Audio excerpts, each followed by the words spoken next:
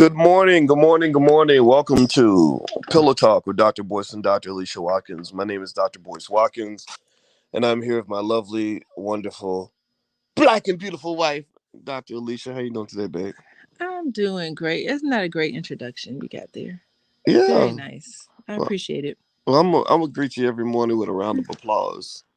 Oh, really? Yeah, like remember that song? Let's hear it for the boy. Except you switch it the word boy to girl. That will be. Okay. I celebrate you. Yes, let's hear it for the boy. Denise Williams from Gary, Indiana. Thank you very That's right. She much. was in gay, That's wasn't she? right. Yes. Yeah, yeah. She had that I'm whole telling crazy. you, it's a lot of great people from that city. Gary does have a lot of amazing people. We were watching the Muhammad Ali documentary last night, and he married a lady from Gary. That's what's up. Yeah, and your mama was telling us about her friends and all the Yeah, women her in the friend. '60s who Yeah. thought Ali was the stuff. Well, her friend dated Muhammad Ali. Well, when he was Cassius Clay. Oh, and Ali also means a lot to me too because I'm from Louisville. Ah. Scoot down. Scoot Oh, down. that's what's up. Yeah, scoot down. Scoot down. Am I too squishy? Well, no, you're too high. Oh, I'm You gotta squishing scoot you. down next to me. Oh, Yeah, okay. All right. yeah. I need you. I need us to be able to make eye contact. We need to be level. Oh, okay. Okay, anyway, let's get started. All right, so hey everybody, what's going on? My name is Corey and Walter Suggs and Max Jerome, Majestic Minister, Brother Man, what's going on? Okay, so give me a yes or no. How many of you all saw this Netflix documentary called The Tinder Swindler? It made me I had a roller coaster of emotions, didn't you? Yeah, It I was mean, like I was sad, I was kind of like mad, I was frustrated, and at the end I was really frustrated. So well, it was I wasn't frustrated. I no. was I was kind of.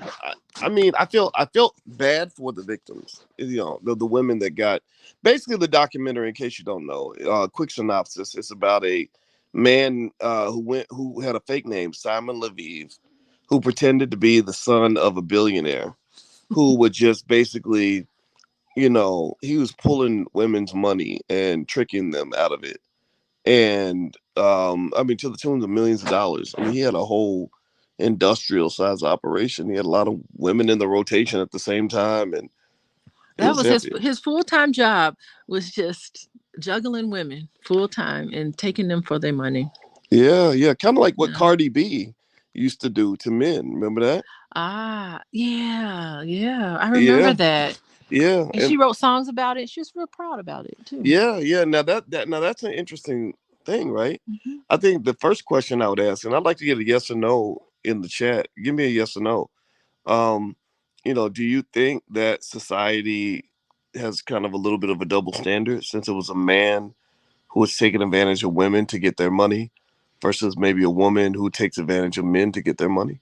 Like, do you think that there's a double standard, or do you think that we look at Cardi B the same way we look at this guy? Well, there was a whole movie called Hustlers. Remember that? Yeah, And so they would like hustle men out of their money. It was a whole movie. It wasn't a blockbuster necessarily, but yeah. Yeah. yeah, And it yeah. was funny. And they, We and they, laughed at it. yeah, and they portrayed the women like heroes. Mm-hmm. Mm-hmm. They're Like attacking.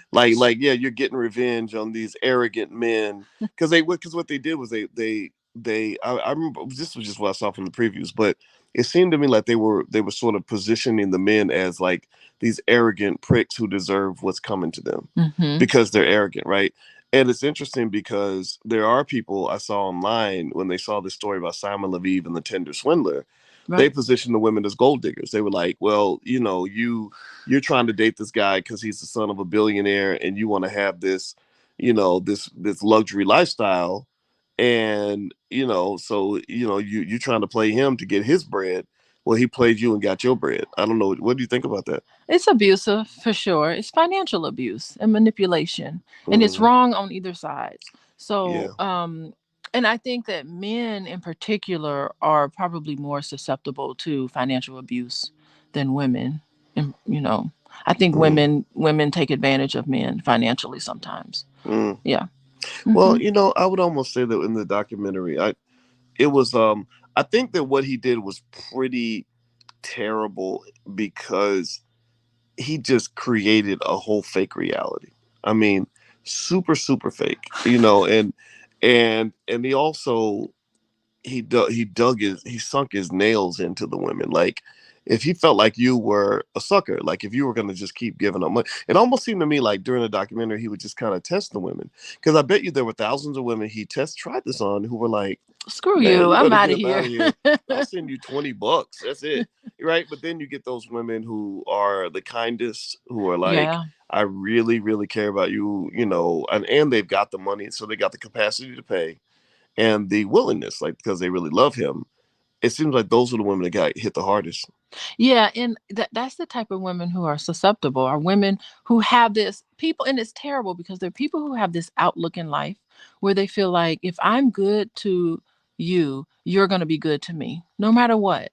Mm, And no matter what type of treatment that you give me, as long as I'm a good person, you will, and life will always be good to me in return. That's the mentality of women who get kind of caught up into that. And it's terrible because that's like an excellent mentality. Like, that's somebody who's pretty happy, pretty cheerful. That's people who aren't paranoid about the world. They're just thinking the world is a wonderful place and I'm a wonderful person and the people around me are going to be wonderful. But at the same time, they overlook those red flags because they feel like no matter what they bring to me, I'm just going to be a good person and good things will happen to me. And they got taken mm, advantage of. interesting, interesting. Yeah, well, you know what I enjoyed about when I was watching? I mean, it's a fascinating story. If anybody who hasn't seen the Tinder Swindler, you should watch it, because it, to me, it came out as like just a warning about online dating. Because here's the thing, right? I don't know. Give me a yes or no. How many of y'all feel like you know somebody who, you know, kind of runs game like that? Not at his level. Yeah, He he on a was whole different he level. could, you know, he could like, I mean, he could really teach the police about people like him. Like I Wow. could see him doing. You remember Catch Me If You Can? Yeah, based on a true Yeah, story. when the Yeah. guy said, "Okay, now I'm gonna go work." Now my next stage in my con is I'm gonna go work for the cops and teach them how I was able to fool everybody. It is a formula. There Yeah, is a formula. So the first thing is, I think we were talking about that. It was just showering that person with so much love and love attention. bombs. You call them love bombs. Yeah, they're Tell called us about love bombs, Miss Relationship Therapist. I was curious. I've never heard that before. What are love bombs? well, when you first start, well, in normal relationships, when you first start dating someone, you're interested in them, you see them, you kind of overlook their flaws a little bit, and you see them. Mm, Normal relationships, that's what happens. You kind of just fall in love, you're kind of swept off your feet, and you have these butterflies in your stomach, and it's normal. mm, It's just a normal thing. But with the love bombs, with people who are manipulators, their first tactic for controlling you is to shower you with overwhelming gifts, and to mm, just think that, oh my goodness, they put you up on this pedestal where they make you think that, oh my gosh, you are so wonderful and I'm so great, I'm so perfect. And mm, what happens in the eyes of the victim, they think, I got a good catch, mm. this man You is dropped the so great. bomb on me, He baby. swept me, he swept me off my feet, and he's a good catch. So I think the first sign is that if you're dating someone and you start to feel like he's a knight in shining armor, that's a sign that something's wrong. Mm. You Mm-hmm. know what? Actually, but when I'm not pushing back at all on what you said. Mm-hmm. But what I am gonna say, I'm, you know, in defense of the guys who would not be trying to, you know, jack women for all their money. You know, Mm-hmm. Mm-hmm. I have seen scenarios though where a man really was trying that hard to, you know, fit with a woman. Like I feel like when a man is really in love with a woman, like or he really just is like, okay, this is the one. Mm-hmm. I believe that he is on his best behavior. Like he Mm-hmm. does say, okay, I'm really gonna step forward and do my absolute best. So I don't think it always means that they're scamming you. Mm-hmm. I think it definitely does make you should wonder, like, okay, can you maintain even a fraction of what you're doing? Because in the beginning of a relationship, everybody's just kind of crazy and stupid because love is that powerful. Right. So normal relationships, yeah, you're gonna be on your best behavior. I'm gonna take you to Red Lobster somewhere. With You the know, I'm cheddar gonna take you biscuits, with the girl, you cheddar gonna get the biscuits. cheddar You biscuits. know, normal relationships, yes, but in these type of manipulative, controlling Mm, relationships, you start to feel overwhelmed. You're like, whoa, this is way too much, too fast. It's overwhelming. He's going too fast. Going too fast at the beginning is a sign. So that's different. well, you know what Hmm. it makes me think about too? It makes me actually. I'll start thinking about politics. I feel like that's what the Democratic Party does to black people. I do. Think about it. You're always at a disadvantage when you are in love with somebody who's not in love with you at all, who's totally thinking totally rationally. It's like Mm-hmm. you're drunk with love, like Beyonce, Mm-hmm. and they're just totally rational. They're observing the drunk person and saying, "How can I jack this drunk person? How can I exploit their emotionality?" Right. So black people go into politics. We're extremely emotional, and and then they you remember when Nancy Pelosi had the kente cloth on, and Oh, it's the they honeymoon. all did the kneel, and they were all like saying Black Lives Matter everywhere. Mhm. And then what happens if you pay attention in the documentary? What happened? How did he get their money? He went into like this crisis mode. Like, oh my God, I do We can't focus no on time to ask questions. reparations. Right, we can't ask, right, We right, can't focus on reparations. right. We got a crisis going on. Yeah, they did that during the election. They were Yeah. like, "No, we just forget reparations. We just got to get Trump Mhm. out of office. We just Oh got the world's yes. coming to an end. Oh my God." That's exactly what they do. They manipulate.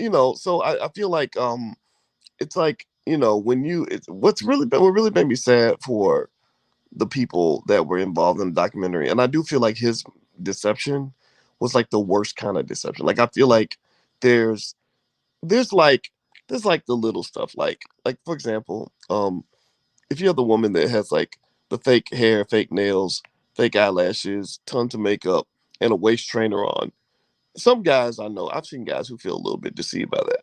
Or the man who drives the nice fancy car and has the nice apartment, but he's like way in debt and his money's real messed up.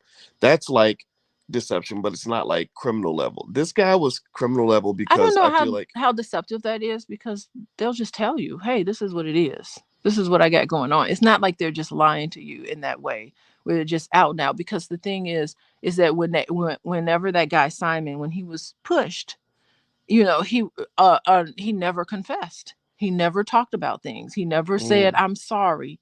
And that's the leads into the second stage of controlling manipulative people, is that they devalue you. mm, They humiliate you. And as soon as it was, wait a minute, I can't pay my bills now, you want me to send you money and you never pay me that money back. That's a control tactic, and that's to say he could care less about what's going on with you and your own financial situation. All he cared about was himself, and that's mm, devaluing someone. mm. Well, Hmm. by the way, And breaking promises is another control tactic. Mm.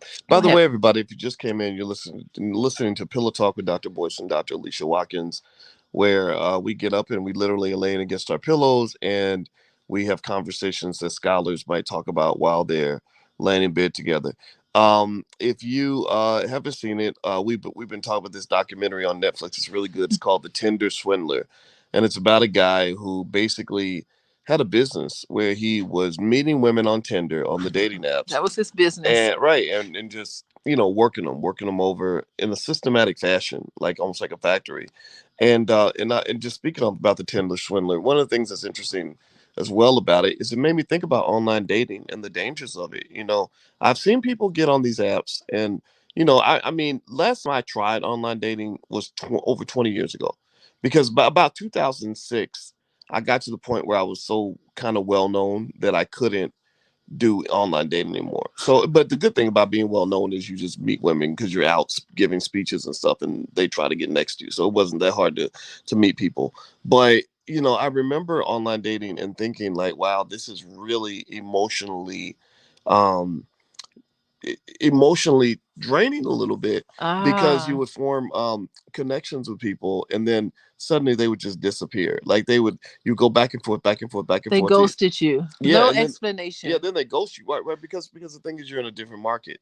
You're in a market where every person you meet, you're considering them along with five or six other people. Maybe they're considering you along with five or six other people. So the odds that you're the one that they would choose and they're the one that you would choose are not that high. So, Mm. so I didn't really enjoy it that much. It was interesting, but it wasn't my thing. But I do remember seeing people get really carried away. I remember I had a friend one time who was super lonely and super sad all the time because she couldn't find a good man. So I said, well, why don't you try online dating? Like, get online and see. Now literally, this was in the AOL days. Like, you've got mail, right? Uh-huh. So she got on one of these online dating apps. And before I knew it, she had gone from lonely, desperate woman to player. She would be chatting. I'd be like, I would, because Huh. we were in the dorms at the time, and I would go by her room, and I was like, "What are you doing?" She said, "Oh, I'm chatting with 5 guys at once."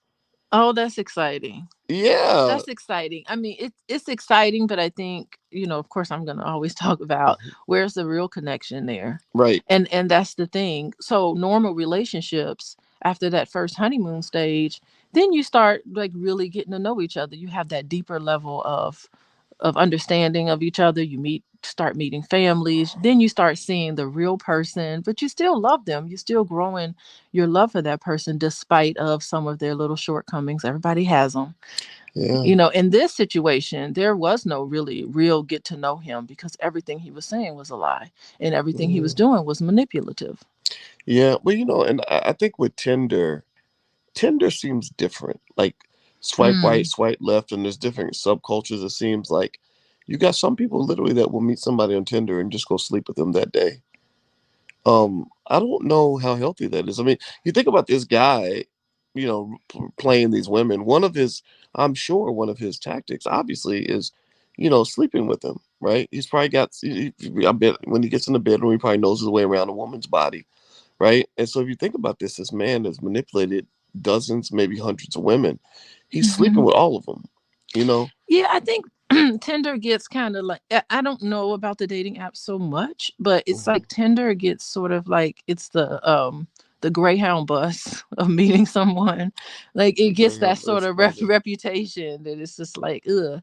And that other sites like Match.com, eHarmony is a little more elite, or Black Yeah. Elites Meet. I think that's another one. So you have all of these great things, but really all of the dating apps, they all have about the same rate in terms of finding someone compatible with Mm. you. Yeah, I think if I was single though, It doesn't matter which yeah, one. if I was single, I probably wouldn't mess with Tinder unless I was totally unserious. Ah, okay. Like I feel like I have found that if you are really serious, you're better off kind of doing it a little bit the old-fashioned way.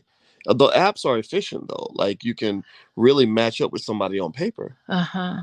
Like okay, I like to go camping. You like to go camp. I can check boxes. Likes to go camping. Likes pets. Mm-hmm. Certain height, certain weight, certain age, certain everything. But it almost seems like we're trying to replicate a process that is hard to replicate. Or at the very least, we're not considering that there are dangers that come with this other approach. There could be some dangers, but there's one factor that keeps the relationship together, and it has nothing to do with how you meet them. You can meet them at the grocery store, you can meet them, you could know them for a long time, like I've known you almost 30 years. That it has nothing to do with the success of a relationship. Mm, What do you think, Boyce? What's the one thing that has to do with the success of a relationship? not being an asshole. Okay, say more about that. What do you mean? Be a nice person. That's it. Like I Be a think nice person. yeah. Okay, say more about that because you're onto To something. me, being a Mm-hmm. nice person, it's like like if here's the thing. I think there's a difference between me loving you and me caring about you. Mm-hmm. So, what does that look like? Because Because I I want to try to okay, get you to okay, the okay, answer that I'm okay, trying to talk. okay, What does that look like okay. in I a can I relationship? can love a car. I can love a pair of shoes. I can love my dog, but that don't mean I care about my dog or my horse or my shoes or my car. Okay, Right? keep going. Because if I crash my car, I can just get another car. Right? Mm-hmm. And I'm gonna be okay. But me caring about you to me is more of a selfless kind of thing. Like me caring about you means I want you to be happy. Like I'm gonna really So, how do you consider. do that in a relationship? You want the other person to be happy. You're on to something, Hmm. but what? How does that look in relationships in terms of how you interact with that other person? Yeah, What is that? What I is think that it. going to show? I think it starts with empathy. Like Mm-hmm. me putting myself in your shoes and saying, Mm-hmm. what's gonna make her happy? What's her favorite food? What's her, how can she have a better day? And while I don't think you can make someone happy like that per se, No, of course not. I do believe that, like I can definitely tell the difference between the people in my life who love me versus the people in my life who care about me. Sometimes some of the people in my life who love me don't care about me. No, okay, so we're getting off into another. You were very close at the beginning, Mm. and the thing is, What's the right answer, so the Dr. right, okay, you Lavacqua? don't want to wait. So the right answer is how you react when your emotions get high. That's the one factor Mm, that can predict a successful relationship. It's there's going to be something where you're just going to have a different perspective. And are you going to lose your shit? Are you going to just go crazy? Are you going to yell and scream? Or are you going to be able to remain calm? Are you going to be able to control your emotions? Emotion regulation is the one thing that predicts a successful relationship. It has yeah. nothing to do. You can meet that person on Tinder. You can meet that person at the grocery store. You can meet them on Match.com. You can meet them at the All Black National Convention. You can meet them anywhere. It Oh, doesn't matter. It's how oh my you God. control your emotions. That is the one thing that predicts a successful relationship. I have a surprise for you. What surprise? No one told you. um, so remember you did speed dating at the All Black National Convention? Yes, I had a great time. One of the women who did speed dating just announced she got engaged to a man she met at the convention. You are kidding me. We Yeah, got can we go to their wedding? I'm gonna bomb yeah. their wedding. I told her. Actually, her name is Keisha Ravenel, Oh, and Keisha. yeah, Keisha Okay, runs I the We heard about. Inspire brand, and she met a guy named Jedediah. Uh-huh. Uh-huh. And Keisha and Jedediah, I wish I had their picture. They're on Instagram, and she's at the We Inspire brand. That's her brand. And she announced yet just yesterday. She told me that Ah, Jedediah, check this out. He flew all the way from Arizona to New York just to propose to her, and so to make sure that her family could be there. so this is a long distance thing too. It Yeah, doesn't matter. You don't even have to live in the same city with that person. You don't even have to none of that. They can live across the world. Oh my gosh, it still can work. It still can I was I make a was so difference. happy I because love I this. loved it because they're both so B1. Like they're both so like Jedediah is like, I love and respect Do my you black have their my black woman. information? I'm gonna, you know what? Well, I got I'm gonna send them my book, okay. Drama Free Marriage. Oh yeah, yeah, yeah. Okay, yeah. Yeah. I'll tell them. I'll tell them, and I think, yeah, and I'll let them know we want to come to. I already told her to send us an invitation, Oh, I and was just gonna crash it. yeah, I was coming to like that yeah, wedding. well, Jedediah, it's like I like it because I love it when people are on code. Like Wow. Keisha really respects black men, and and that starts with fathers and uncles that she respects, and then Jedediah respects black women, and I feel like if you're in that category, you have to find a partner who agrees with those values, and it's just such a Hmm. beautiful thing. And because remember, Keisha started her brand, We Inspire. Their slogan is "I am enough" because she says that it Oh, started with tragedy. She was engaged and to get married, and she hit 31, which is kind of a stressful time for some women because they feel like I should be married by 30, that kind of stuff. they don't want to miss And out. yeah, and their body is starting to Mhm. I mean, the clock does tick, physically anyway. And she was very just sad and depressed about it, and she had to convince herself that she was worthy. So she created a whole brand around that. And so she came to the convention and met Jedediah at the convention, and now they're on their Ah, way. So I'm super excited. that's just great. This is good news, boys. So you carried this around with you all day and didn't tell me. I forgot. Oh I my honestly did. goodness. I forgot to tell you. Now see how nice I could have just yelled at you and screamed at you and gotten mad at You you. raggedy That bastard. doesn't keep a relationship together. Emotional regulation. I think I do agree with that. I Yeah. think because I think every couple has disputes. The question is, how do you handle your disputes? How do you handle them? Yeah, That is the one thing. Can yeah, you regulate how you feeling and how you're showing your emotions? that's so true. That's it. By the way, Mhm. so what's interesting? Going back to the Tinder Swindler, which was our topic. By the way, this is Pillow Talk with Dr. Boyce and Dr. Alicia. This is where Dr. Alicia and I get up and we just lay against our pillows and try to have intelligent conversations, intelligent and black, and and just all kinds of topics. So today we're talking about the Tinder Swindler, which is if you remember the other day, I think the other day we were talking about Whoopi Goldberg and all that. Now we're talking about this guy on Tinder named Simon Leviev who is famous now because he's out here jacking women for their dollars. You Mhm. know what was interesting about the Tinder Swindler that got my attention from a financial standpoint was basically he was running his women situation like a business. Like he had it was a Ponzi scheme. Mhm. And because what a Ponzi scheme does is you were able because remember he wasn't just asking for money, he was spending money to build trust. He was sending one lady $100,000. Like she borrowed what she borrowed. He borrowed like a certain amount. I think one lady borrowed 20 grand and then sent her 50,000 as a payback.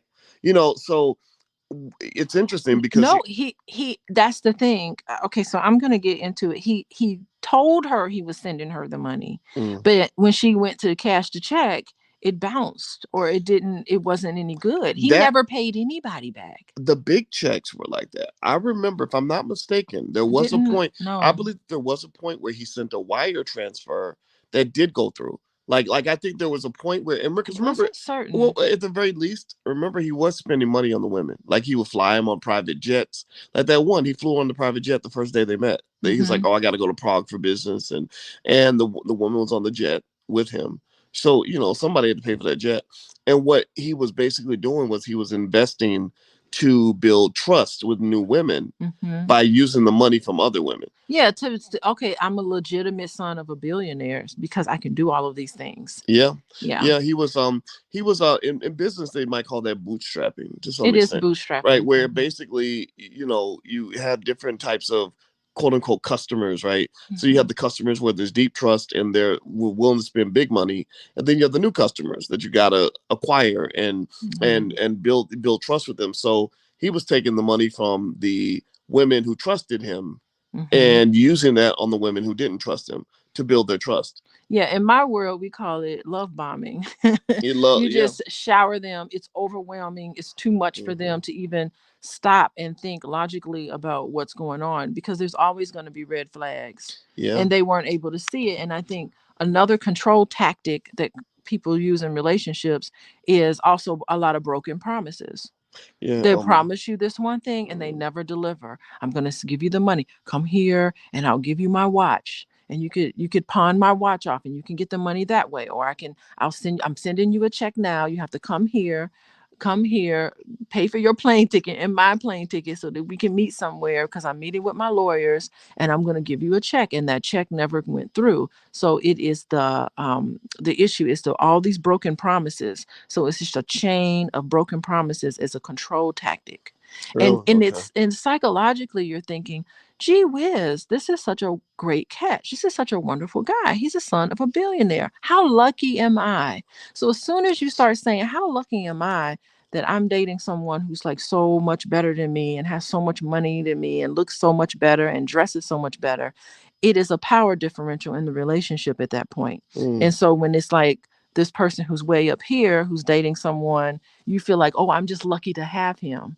That's yeah. that's a And you, control and you don't tactic. look a gift horse in the mouth. Don't look the gift part. That's a control tactic because you can be manipulated when you have that sort of mind frame. Mm, And then one little thing that you do wrong, the first thing they do is belittle you. They call you names and you start to mm, accept it because again, you're the kind of person that says we should be together no matter what. mm, If I'm good to him and I'm nice to him, if I could just double down on my niceness to him, then he'll be that great catch of a guy that he was when we first started dating. So you yeah, start reminiscing about all the wonderful times that you had at the beginning of the relationship, and you mm, never stop like Janet Jackson. What have you done for me lately? mm. You don't get into that because, of course, we can't focus on our relationship because he's in this perpetual crisis. Yeah, and what's interesting is, I see a comment. Black says that's also called tricking, and I think Yeah, no, no, yeah. but no, but here's the thing. What tricking, like he was playing a trick on them, but then there's also tricking like a prostitute type thing, right? Oh, Now here's the I difference wasn't to thinking me. that. To me, here's the difference, right? I Hmm. think a lot of people would say, oh, they were, I'm gonna respond to that in terms of what I'm saying, right? You hear people that might throw out the critique to say, oh, they were gold diggers, they were just trying to date a billionaire, and they deserve what they got. I differentiate that because this wasn't just similar to, for example, like you think about it, when a man goes and hires a prostitute, you know, they're expecting something, they're giving up money and they're receiving something in exchange. And if you Hmm. take all the morals out of it, it's an exchange. This to me is will be compared to prostitution if the prostitute took the money and didn't deliver what they promised. And I think that's the part, going back to what you were saying about broken promises, Hmm. right? That's what I think, that's where I think the biggest aspect of this crime comes into play is, so what? Okay, yeah, they want to date a billionaire.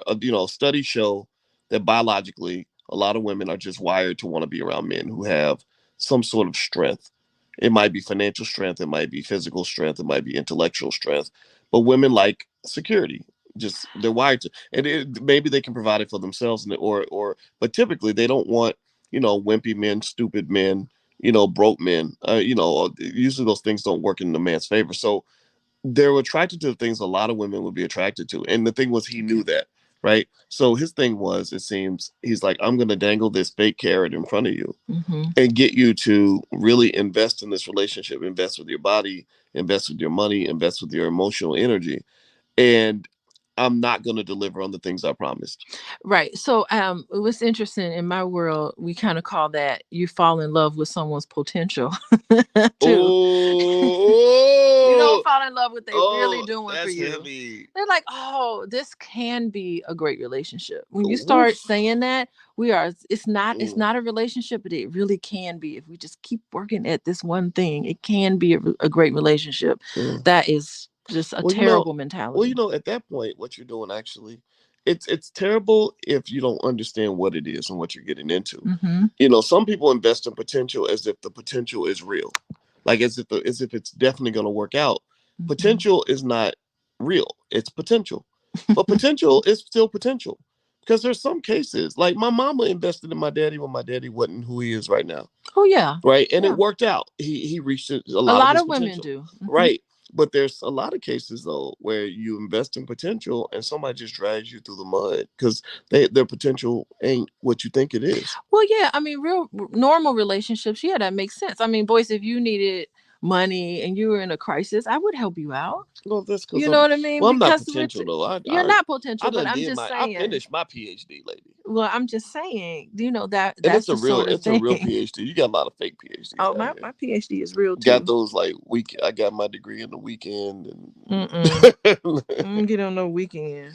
yeah. Oh Shoot. my gosh. But you know what? It's But kind of But that's a good point though. I think you know.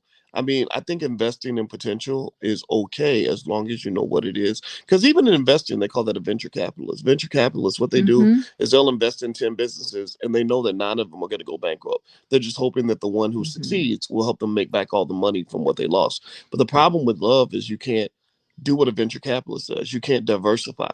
You're not supposed to. You're supposed to invest everything in one asset, one person, one relationship. Well, that's if you get married. I mean, you could just be honest and say, "Hey, I'm just dating around." Well, I You think, know. well, in his case, I don't think it would apply. I don't think it would Yeah, his case it doesn't apply because he was being manipulative and controlling. Yeah. And yeah, yeah.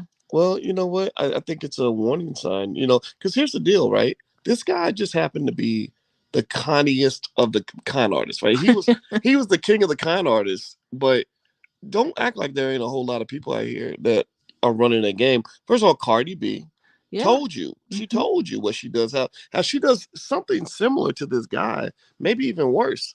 They basically take the thing that they know that you want. Like, okay, these men want sex. So I'm gonna dangle it in front of him and get his money, and he's not getting anything that he bargained for. Same thing with him. He said, okay, these women want to be in love with a billionaire. They want to be showered with compliments and fake love. So I'm gonna give them fake love and get their money and walk away. Right. So these are the extreme examples, right?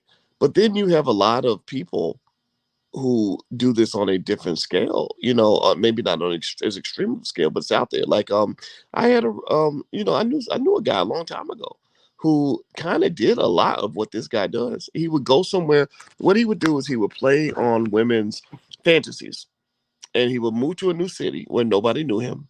He was very well spoken. He would make up whatever backstory he wanted to make up.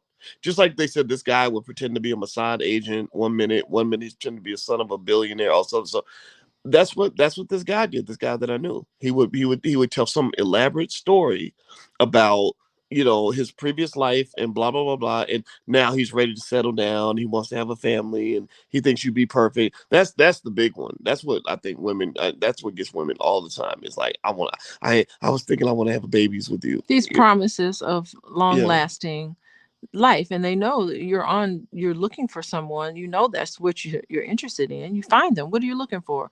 Oh, I'm Hmm. looking to settle down. Well, what does that mean? So you go after those type of women. Yeah, yep, Hmm. that's it. Yeah, and You go after. he could identify vulnerable women Yeah. because he had friends and relatives who could see right through his bullshit. Who were Yeah. like, "Get out of here, man." I'm Say, sure it'd be nice to hear from the women that was like, and then he asked me for $10,000. I was like, get out of here. Like that would have been, oh, that would have been interesting. Like I saw that coming a mile away. the only way I would give you $10,000 is if you give me 11,000 first. that is funny.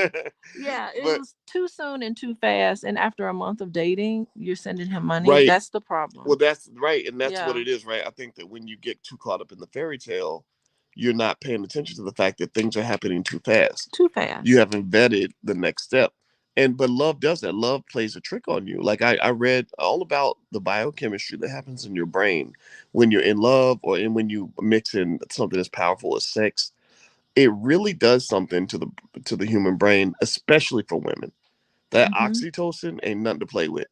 And they said oxytocin spikes in a woman's brain when she's pregnant. That's why mothers can't be separated from their children. It spikes during orgasm. Hmm. When, Graduations, weddings. Yeah. yeah, when or Mm-hmm. when women feel connected to something or someone. So what it does is they said it makes you more vulnerable to suggestion. Like a Hmm. man could just be like, "Do that," and you'd be like, "Okay." Well, men do it too, because that's Mm, why what brings a man down is usually the prostitute. They get you in that vulnerable space, and then mm. tell me all the secrets. Those are the best Oh, agents. that is so The true. best agents. That's what brings a man Remember down. Harlem Nights? Harlem. Daddy ain't coming home. Sunshine really did it. But I mean, it's not even just on the movie. I mean, we see this in real life. Yeah, yeah. Well, what Hmm. this guy did that I knew back in the day. I knew him when we were young. When we got about 28 years old, I stopped talking to him. I was like, dude, I can't. I don't want to be your friend anymore because you into some stupid stuff. But one of the things that he would do, I noticed with his pattern, as I thought about it for the last 20 years, is he would move really fast with women. Hmm. And he Yeah. would didn't they're having sex. Next thing you know, he would instantly get them pregnant. That's another control Oh, tactic, jeez. right? Okay. They would move in together, then they would get married. And what would happen is over the next 3 or 4 months, the story would slowly unravel. And then the woman 6 months in would find out I didn't even know his real name. Yeah. And then all he would do is once he knew his cover was blown. This is what was interesting about this guy that made him different from the person I knew. Is one the guy I knew once his cover was blown, he would just go to a new city where nobody knew him and start all over again. Well, that's kind of what this guy was doing. There's it's like, of course, they're not going to take accountability. They're never, ever Mm, going to admit that they're wrong. As soon as you push them and call them out on their mess, they're going to instantly get defensive and turn it around back on you. I mean, it's ultimate gaslighting, just like what the Democratic Party does to us, like you like to oh highlight Lord. all the time. We don't have to go there. But yeah, and the at the bottom of it is there's no empathy whatsoever. He had zero empathy for any of these women. Like, He didn't even wouldn't there be a care. sociopath? Those sociopaths have no empathy. Sociopath and psychopaths have no empathy, Psychopath. That's what. but I think he's more at a psychopath because sociopaths have a hard time. Like their emotion.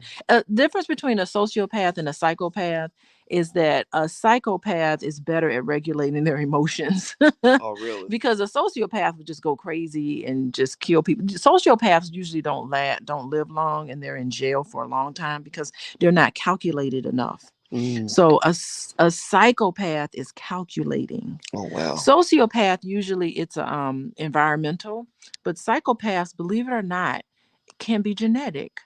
Oh really? Yeah, psychopath, and it really is a genetic anomaly because if the world was created by psychopaths, if all of us were psychopaths, we wouldn't even reproduce it. We would just be done. Didn't a lot, or don't they say a Hmm. lot of like high level politicians are Yes, psychopaths? yes, they fought. Yes, they have the stomach.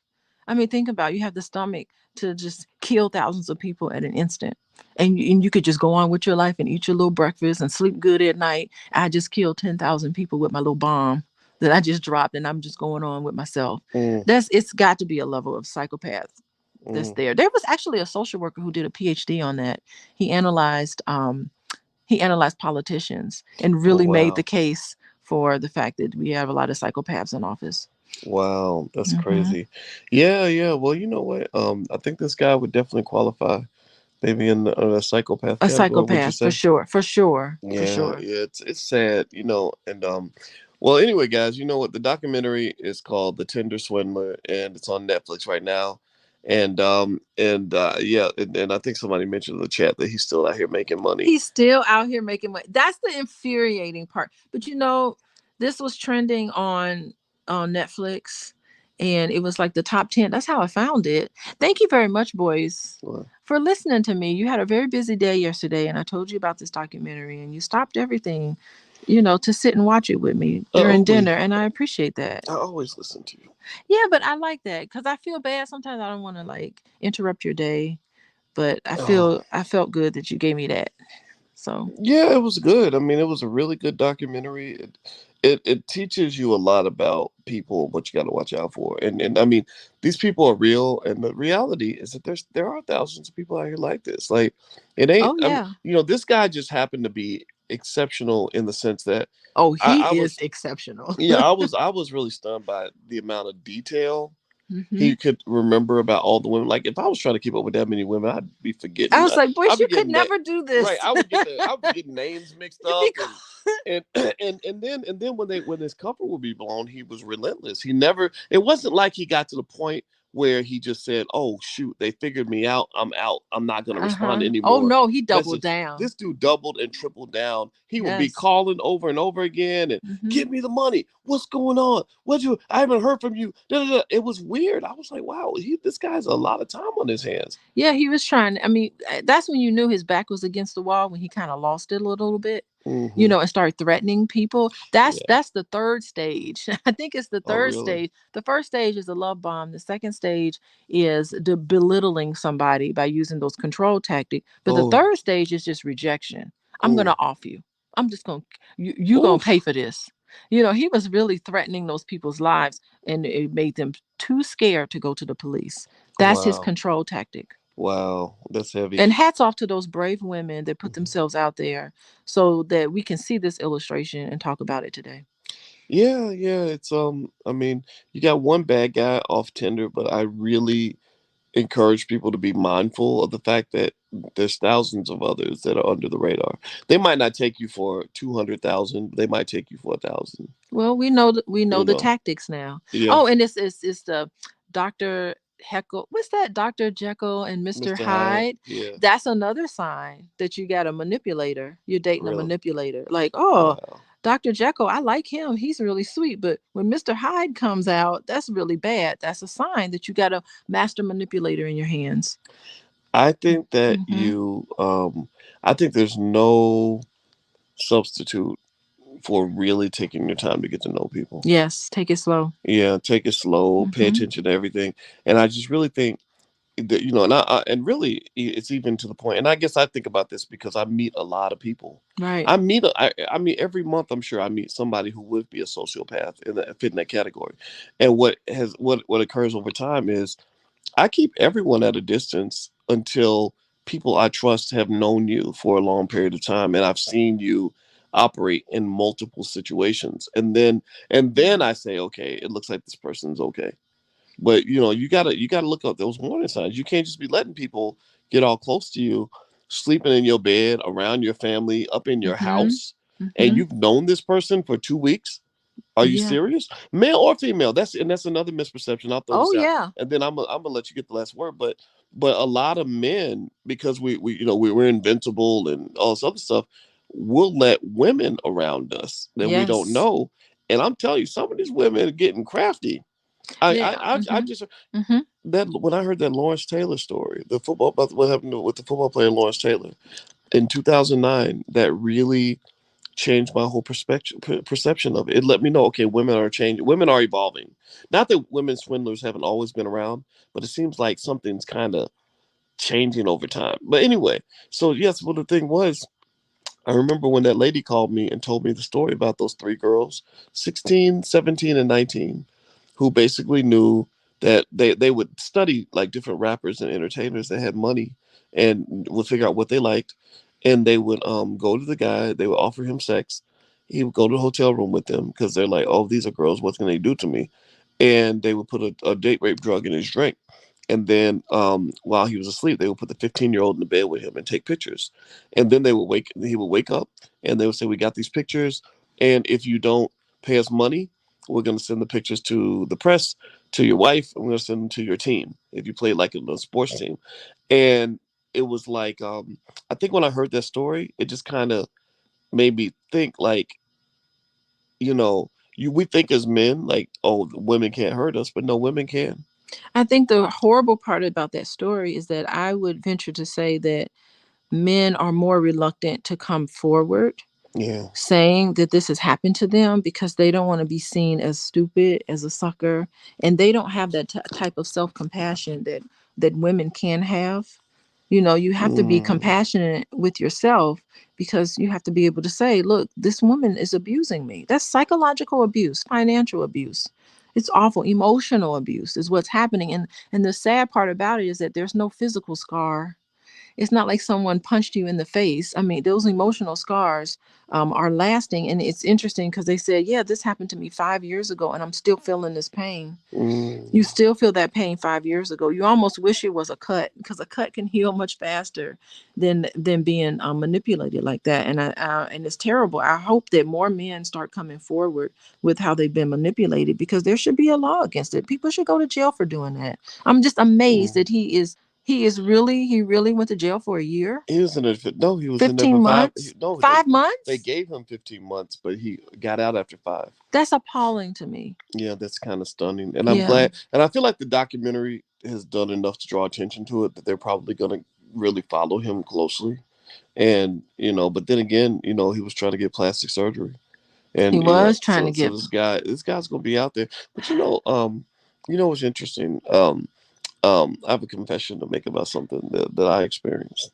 You want me to share Okay, part of tell it? us about it. Yeah, I was dating a girl when in my 20s, and when I was asleep one night, like she knew like our relationship was gonna end, and while I was asleep, she stole my credit card Yeah. and took my credit card, and in the middle of the night went and bought a whole bunch of stuff on my credit card. I had no idea, like because I didn't even see my statement for a while.